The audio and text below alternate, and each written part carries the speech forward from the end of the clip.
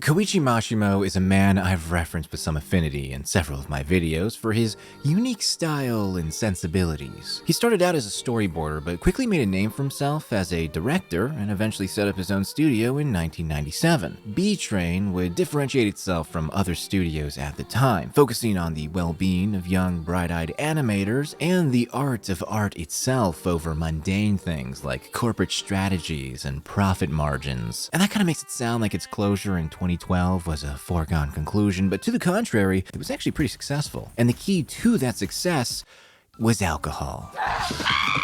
The writer's room was filled with liquid literature, and Mashimo would pay you to pour yourself something strange and speak your mind. Enter producer Shigeru Kitayama and writer Yosuke Kuroda. These two, along with Mashimo, traded ideas over a couple of cold ones, and the result was the second installment in B-Train's Girls with Guns trilogy, and it only took me almost 2 years to get to it.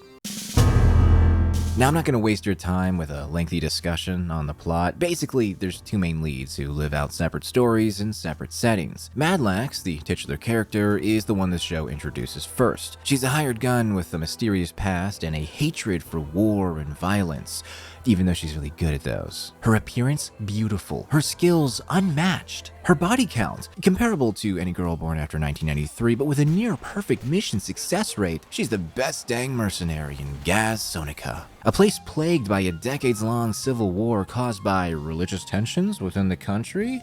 At least, that's the official story. Across the globe, in a place that's basically France, unless you're talking about the version that shows up in Birdie Wing, Margaret Burton lives with her childhood maid and doesn't have a single thought going on behind those eyes, because she's got amnesia. She also has a special picture book that makes you go crazy, unless, like her, you've got the gift. The early episodes of the show flip-flop between the two leading ladies and genres as well. The Madlax episodes are where all the action happens. They got the gunfights galore, although without any gore. And these ones also tend to be pretty episodic and play out like a day in the life of a gun for hire. She's got her handler, someone she needs to protect, or someone she needs to kill, and she's always fighting some group of baddies, which sometimes includes the army sniper lady who may or may not be a straight shooter. It depends on the episode. As for the Margaret episodes, they're a lot more mundane, essentially operating as a slice of life, but with a supernatural tinge. And these ones also start out pretty episodic, but they do kick off the main plot line, and they include the best character in the show, Vanessa Renee, who is friends with Margaret and works for a company that is run by a guy who works for a group called Enfant. They're basically a secret mafia led by an adult theater kid, Friday Monday, real name by the way, whose raison d'etre is kind of hard to explain, so let's just say he wants to gather all three of the special books and use their combined power to plunge mankind into a constant state of war. Because he got rejected from art school or something, I don't remember. I think he just went crazy. Eventually, the Madlax story and the Margaret story come together, and things get pretty weird.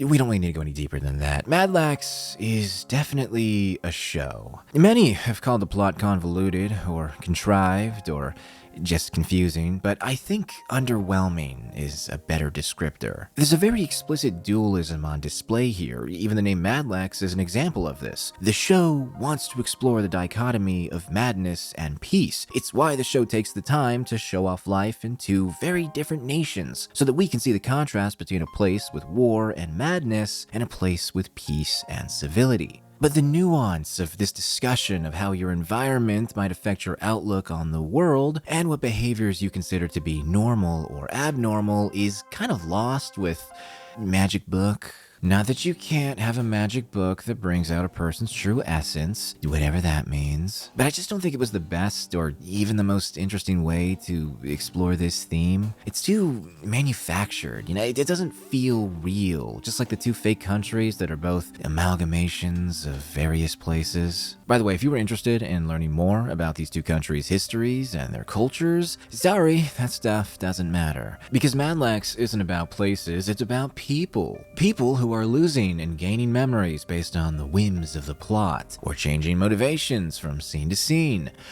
I have some issues with the writing. Madlax is filled with a lot of tropes and cliches, along with haphazardly incorporated random revelations, which all lead to a plot that's got all these different twists and turns and new questions that almost never have satisfying, definitive answers. Even outside of the show. This is because Kuroda, the main scriptwriter for Madlax, had just had his first project canceled by the publisher, so when he was working on this show, he wanted to make it as extravagant and ambitious as he could for the sake of personal honor. And as he worked on the script for all 26 episodes, Mashimo kept poking his head in and telling him, "You need to go further." And so he did. He wrote in a bunch of abstract dialogue and threw in more plot twists and combined all the genres. And this does keep Madlax interesting, in a sense, but the final product feels like it was written by a couple of drunk guys.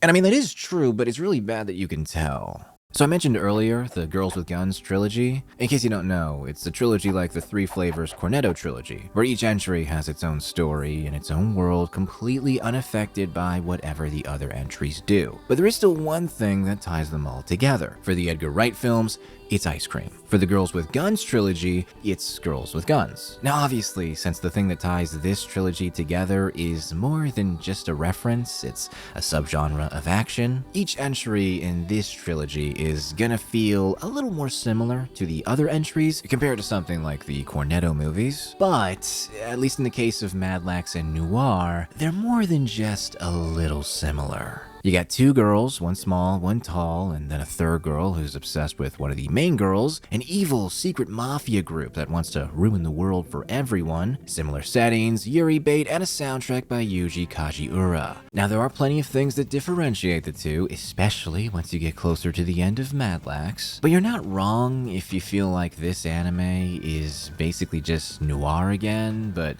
bigger. There's more characters and there's a lot more action, and as for those characters, I'd actually say that's something I think this anime does pretty well. Mostly the main ones, and especially certain side characters, but not so much the main villain. But as for the action, it's not really my thing. There's a little too much gun fu going on, and the fights kinda start to get boring once you realize the bad guys can never hit their target. Meanwhile, Madlax is one-shotting her targets every time as she jumps around or awkwardly dances in front of people, dodging bullets. Actually sometimes she just stands there and no one can hit her for some reason because, I don't know, her innate aura passively redirects bullets, I guess.